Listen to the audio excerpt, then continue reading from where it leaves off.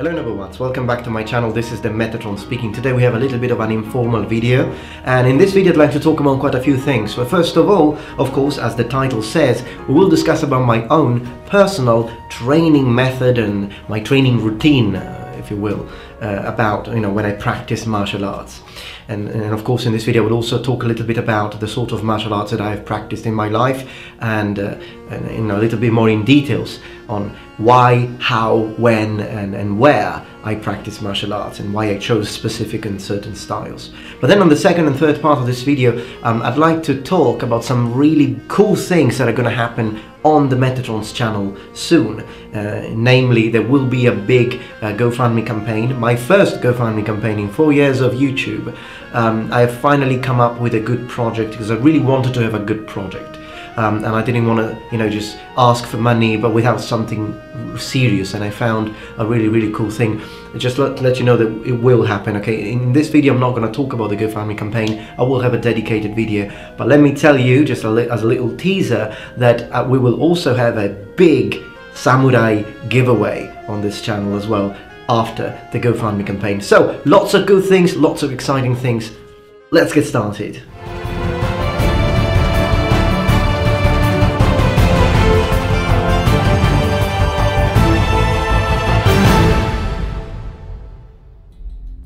Alright then, so let's start by talking about my personal experience with martial arts. Well, as you know, I am particularly interested in Japanese martial arts, and when I was I think I was 14-year-old boy, I was 14 years old, I started practicing karate.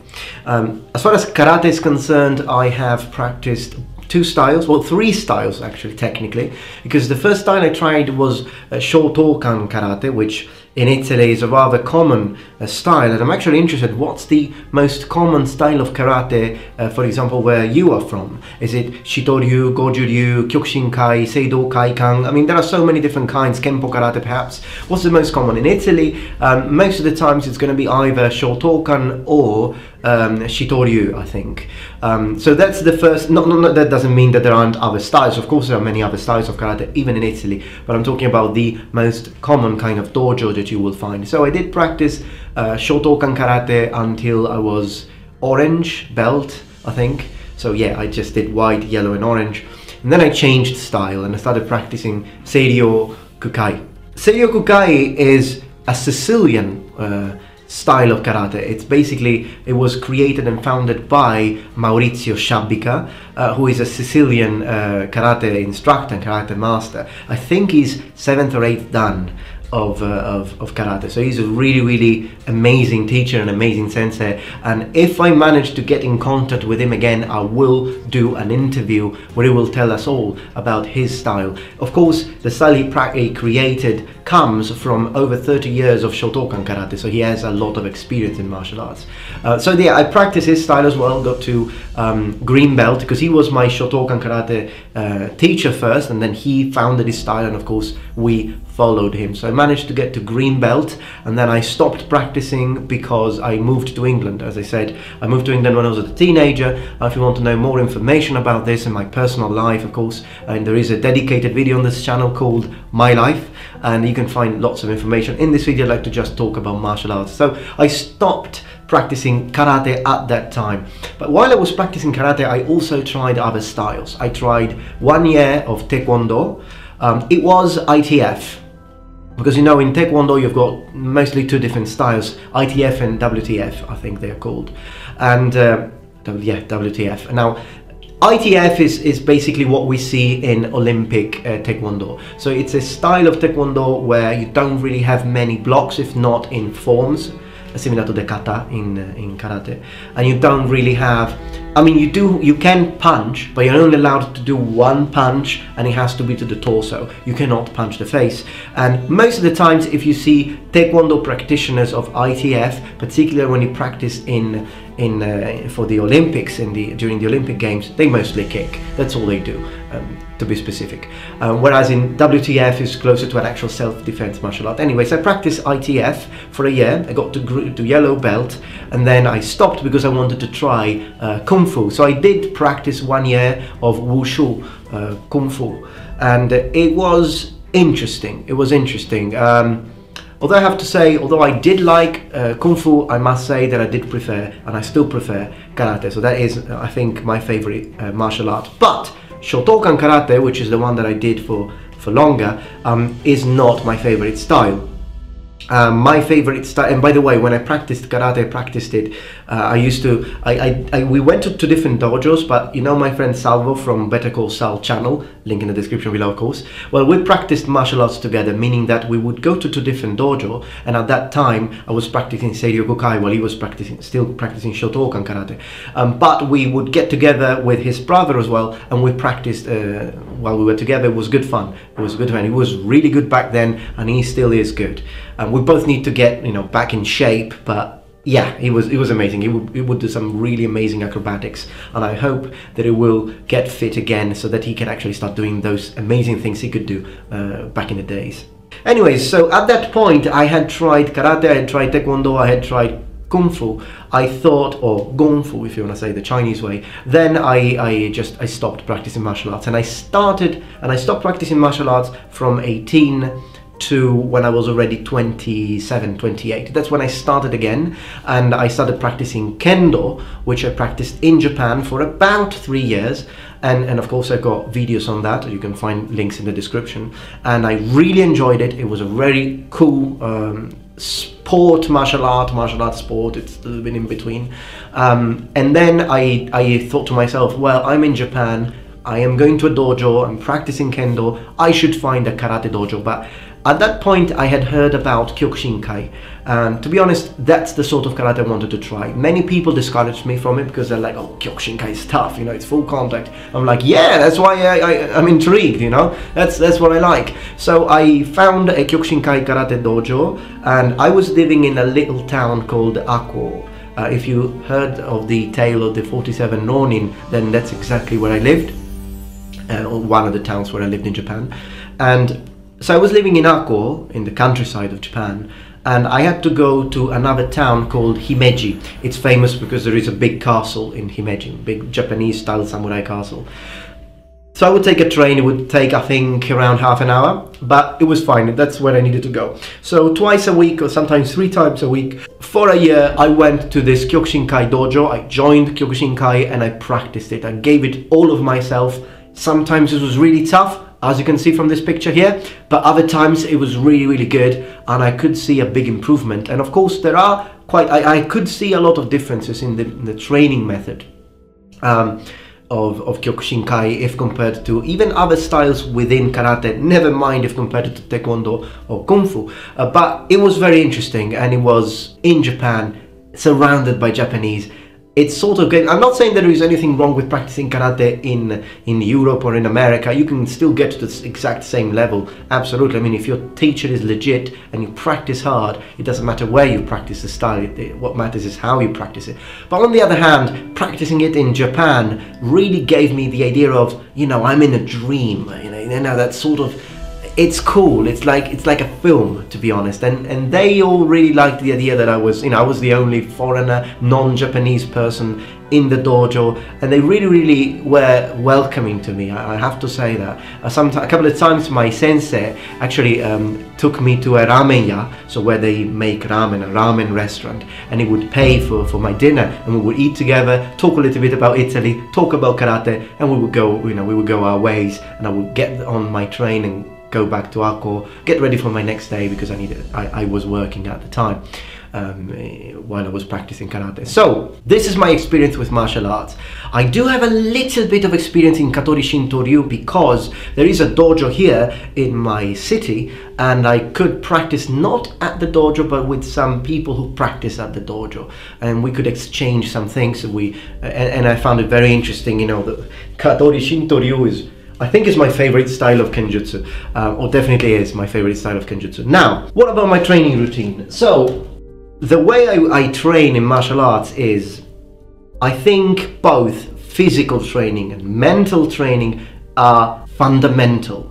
So, theoretically, even if you become really good, really quick, you know, and your technique is perfect, if you're not fully committed, if you don't learn a Japanese concept called mushin, it's going to be difficult to be effective in real combat, because in my experience in martial arts training, one thing that needs to be kept in mind, and again, I'm not an expert, as you can see, I'm not even a black belt, but in my experience with these years of practice, what I could notice is that a lot of it is in your mind. Now, of course, your body is incredibly important. If you've got a perfectly trained mind, but your body's weak, you know, your hits will land, but you're not going to achieve anything. You need a good equilibrium with the two. On the other hand, the reason why, even if you've got a strong body, if your mind is not committed, you might still lose, is because, first of all, it's important to erase the concept of winning and losing from your head. When you're fighting in martial arts, you shouldn't focus your mind on victory or loss. You should focus on your opponent and yourself. Keeping calm in a situation of combat is very difficult. Now, light contact, semi-contact is not as bad. But when you move into full contact and you know that those attacks they might KO you, then it's gonna be harder to try and keep focused on your techniques, on what you're doing, and remain calm so that you can actually, you know, respond with the proper technique and at the right time. Even worse, if it was a real combat situation on the streets, if you're being mugged and you have to, if they're trying to kick the trash out of you, like you say, I think in the States, then it's gonna be even harder, because in the very moment that you start thinking, oh my goodness, I might go down, he might go down, what am I gonna do, what is he gonna do, and your mind is confused, you can't focus. And focusing is the most important and essential part in martial art. It's something that was taught to the samurai. This is why I integrate in my training meditation. Meditation helps me because when I meditate, I empty my head. I don't let any thoughts come into my mind, or to be more specific, they do come, because thoughts will come, but I don't linger. They come and they go. They come and they go. Just like the waves of the sea. I don't linger on thoughts. This is an important concept because it's the same concept of, while I'm fighting, thoughts come and they go. I don't focus on them. I focus on my opponent. I focus on what I'm doing, and I try to do my best. That, together with a strong body, which I still don't have, I'm working on it, no, work in progress, let's get it up here, okay? That in conjunction with a strong body and proper form, good technique, will turn you into a champion, but it's a matter of years. Now, I don't have many years, like 10 years or 12 years of experience in martial arts. So you might say, you know, who are you to talk about these things if you haven't achieved them? Well, I haven't achieved them in martial arts. I'm still in the path, if you will, so to speak. But I have had experience with languages and academic results. And to be honest, it's all the same. I mean, the concept, even Kung Fu means hardworking. It doesn't really matter what you're applying this principle to. It's good for everything. You can use it for martial arts, you can use it for your studies, you can use it for your job, you can use it for everything. When you apply yourself and you're constant and you keep on going, regardless of what's going on, okay? Even if there is a tempest outside, if you're calm inside, you will achieve your goals. And this is what I think, this is how I center my training, whether it be martial arts, whether it be languages, and whether it be university, whether it be my job. I always, when I wake up in the morning and I see that I've got like a lot of things to do, like today I've got this video, I taught my classes because I'm a teacher and of languages, and I did many other things. I went to the gym, you know, all these things take time and require a lot of focus. I make my mind in the morning, I clear my mind, I do my meditation. Even 15 minutes, you know, it doesn't have to be an hour of meditation. Sometimes I do an hour of meditation when I have an hour. When I don't have an hour, 10 minutes, make do. I clear my mind and I get to work. If the mind wasn't that important, then how are you going to be consistent? There are so many temptations outside and so many things that will bring you away from your path. distractions. And you need to be strong in your conviction. You need to persevere in what you're trying to achieve. Stretching is another very important component of martial arts. First of all, it should be a very important component of your life, because now when I was practicing martial arts, I would stretch every day. I would stretch at night because I had the habit of taking a hot bath in the evening, which is a very Japanese thing, and of course I got it because I was living in Japan. I was there for 4 years. It sort of became part of my daily routine. And so after a hot bath, I would stretch for half an hour, 40 minutes sometimes. Perhaps sometimes I would stretch while watching TV. Stretching has a really similar concept because I've never been good at stretching. I'm one of those people that is particularly stiff. And yet, when I was practicing Taekwondo, you know, practicing every day, giving it all my best, I could see a huge improvement. I mean, I was never Jean-Claude Van Damme, but I could lift my legs and I could hit my father in the face. Not that I ever needed to, but you know, we would try. Like my dad would put his hand like this, and I would try and hit him with a mawashigeri. And at first, now I could reach the shoulder. By the way, my father is 186, so he's tall, 185 maybe. But yeah, he's really tall. And then I could hit him in the face, and you know, it's just a matter of practice. Now we talked about stretching, we talked about the mind. Of course, sparring is fundamental. Any martial art you practice, you've got to spar. If you don't spar, it doesn't work. Okay, kata are good, kihon, the technique is good, but you can't keep hitting the air. When you face if you want to learn how to fight and not how to dance, you gotta fight. Okay, whatever style you do, you have to have sparring.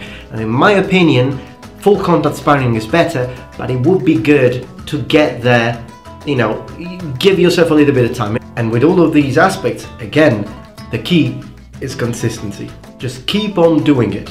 Whatever it is in the world, whatever skill you need to learn, you will learn it if you keep on doing it. But most importantly, you need to have a daily martial arts need to become part of your daily routine. I'm not saying that you need to train every day. I'm not saying you need to go to the dojo every day. But I'm saying that martial arts need to become, if you want to be a real martial artist, it needs to be part of your life. So let me just explain what I mean. For example, now we just said that if you do your stretching every day, you're already doing something for your martial art. Perhaps you could do some cardio, and I'm a big supporter of cardio. Even when I train, because I've been lifting for a bit, but even when I train, and some people tell me don't do cardio, some people say do cardio, but to be honest, even if I am on a bulk, and you know, I'm counting all my calories and everything, I do some cardio because I think it's important for your overall health. I never really cut cardio out completely from my training. So that could be, again, something that you can do for your martial training as well. But anything, try to maybe watch other people fight. For example, on YouTube you can see a lot of fighters, a lot of tournaments, trying to learn from them. Read the words of great and grand masters of martial arts like Bruce Lee or even Miyamoto Musashi, and study these words, ponder them, meditate these words in your mind, try to assimilate what they're trying to say. Meet your friends, train with them. Martial art need to be a daily reality. Just like learning languages needs to be a daily reality. If it's not something you do daily, although again, change the sort of exercises, you know. For example, on a Tuesday, if you go to the dojo, let's say Monday, Wednesday and Saturdays, then for example on a Friday, or you could train your punches, you know, at home, and perhaps on a Tuesday when you don't go, you can train your kicks. You can always do that. And with weapon-based martial arts, feel the weapon, make it become an extension of you. And the only way to do this is to handle your weapon daily. You know, do your training, do your practices, do your whatever style it is, even if it's your own style. You know, you are entitled to do whatever you want, just as long as it's a daily component of your life. Mentally, physically. So I did mention that there is going to be a big GoFundMe campaign, and I will say everything and all the details in the description below.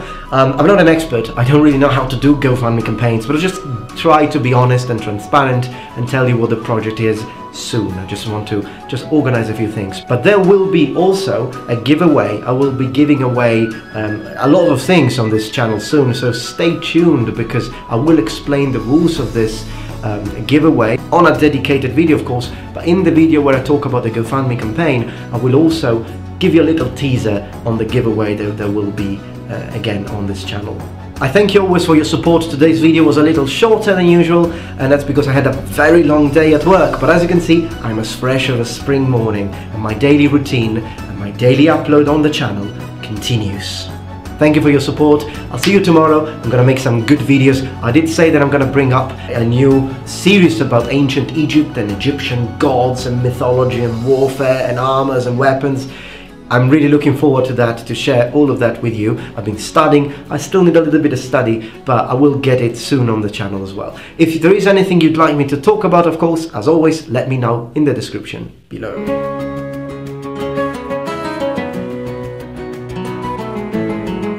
Alright, number ones, I hope you enjoyed this informal chat that we had today. Occasionally I do make these because they are very easy to make compared to the sort of video that I made yesterday, the one about futuristic warriors. That took a heck of a lot of time, to write the script and memorize it, and then do all the editing. But I hope you enjoyed that video and you enjoyed this one as well. On this channel we're gonna have both informal chats, formal chats, languages, video games, history and whatnot.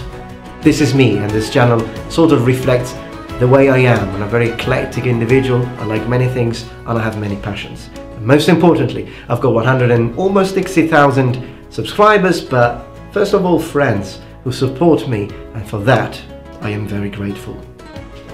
Thank you very much for watching, and remember, the Metatron has spread his wings. See you tomorrow.